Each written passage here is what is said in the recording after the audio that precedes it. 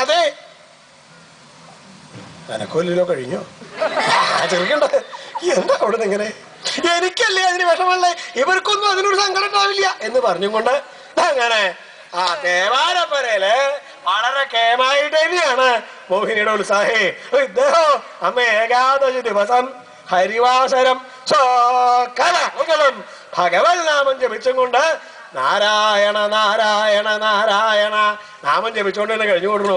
ഈ മോഹിനിക്ക് ഒരു കൂസലുമില്ല. ഊണ് കഴിക്കണ്ടേ? അവള് മാത്രമേ ഊണ് കഴിച്ചിട്ടുള്ളൂ. അവളെ ബ്രാഹ്മണ മുഹൂർത്തത്തിൽ എണീറ്റു, അപ്പൊ തന്നെ ഊണ് കഴിച്ചു.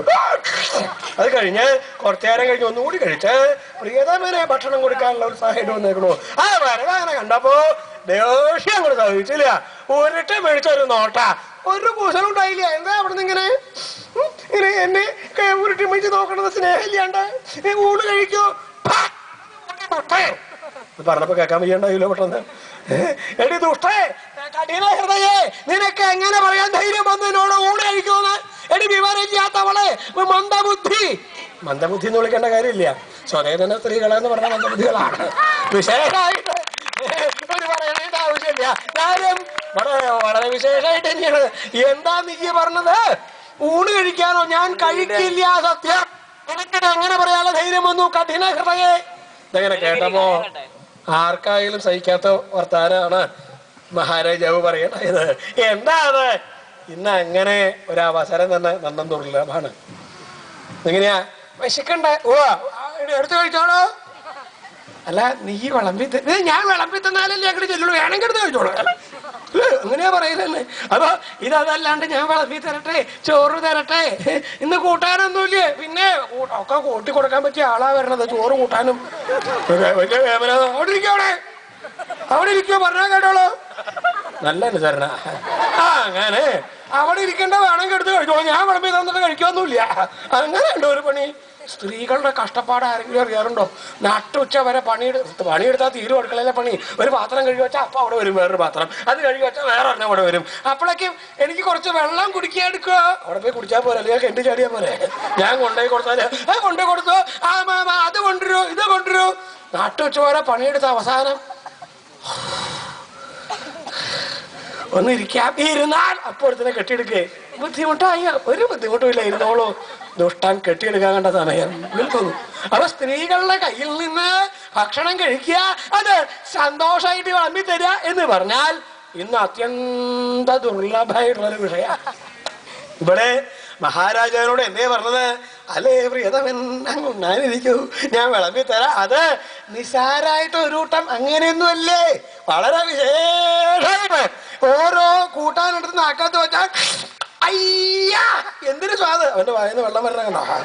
ഇവിടത്തെ കഥയാ പറഞ്ഞത്. എന്തൊക്കെയാ ഉണ്ടാക്കിയേക്കണ നിശ്ചയം അങ്ങക്ക് വേണ്ടി. അങ്ങക്ക് വിശേഷപ്പെട്ട കപ്പയ്ക്ക കൊണ്ടായിട്ട്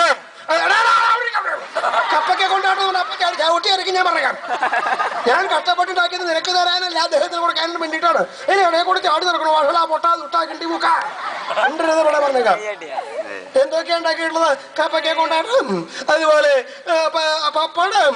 പപ്പടം എന്ന് പറഞ്ഞാൽ ചെറിയ പപ്പടം, വലിയ പപ്പടം, ഇടത്തരം പപ്പടം, ഉപ്പേരി, ഉപ്പിലിട്ടത്, കാളൻ, ഓലൻ, എരിശ്ശേരി, അച്ചടി, പച്ചടി, കിച്ചടി, കിടികിടി, പാൽപായസം, പഞ്ചാര പായസം, വടപ്രഥമൻ, വടപ്രഥമൻ, ചക്കപ്രഥമൻ, കടുംപായസം.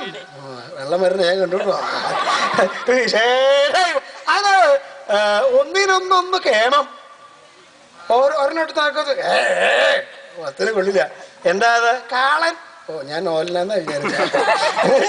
ഓരോ സാധനവും നാക്കത്തേനും അയ്യാ അങ്ങനെയുള്ള വിഭവങ്ങളാ. ഊണ് കഴിക്കൂ. എടി ദുഷ്ടേ കഠിന ഹൃദയേ, എന്നാ ഉണ്ണണ്ട അവിടെ കിടന്ന് ചത്തോളൂ. എനിക്ക് തിരുകുള്ളന്ന് സ്നേഹമായിട്ട് ചെന്ന് വിളമ്പി തരാറുള്ളത്. ദുഷ്ടേ കഠിന ഹൃദയേ. എന്തിന് ഹൃദയെന്ന് മനസ്സിലായില്ല. എന്നാണെങ്കിൽ ഇവളുടെ ഉദ്ദേശം എന്നാ പിന്നെ ഉണ്ണാണ്ട് പട്ടിണി കിടന്ന് ചത്തോട്ടെ എന്ന് വിചാരിച്ചാ പോരെ.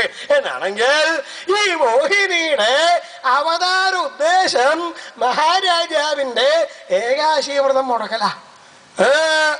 അങ്ങനൊരു കഥയുണ്ടായി. മഹാരാജാവ് സുഖമായിട്ട് പ്രജാപരിപാലനമൊക്കെ ചെയ്ത് കഴിഞ്ഞു കൊടുക്കണം. ആലവട്ടങ്ങള്, വെൺകൊറ്റക്കുടകള്, തിരക്കേടില്ല, വെഞ്ചാമരങ്ങള് കാണുന്നുണ്ടോ നീ?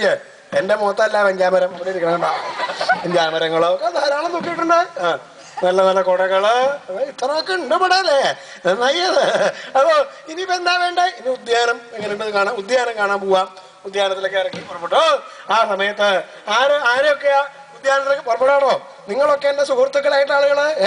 എവിടെ എന്റെ കൂടെയുള്ള ആൾ? വരും പോവാ, പുറപ്പെടാ. ഉദ്യാനത്തിലാണ് ചെന്നപ്പോ ഓഹോ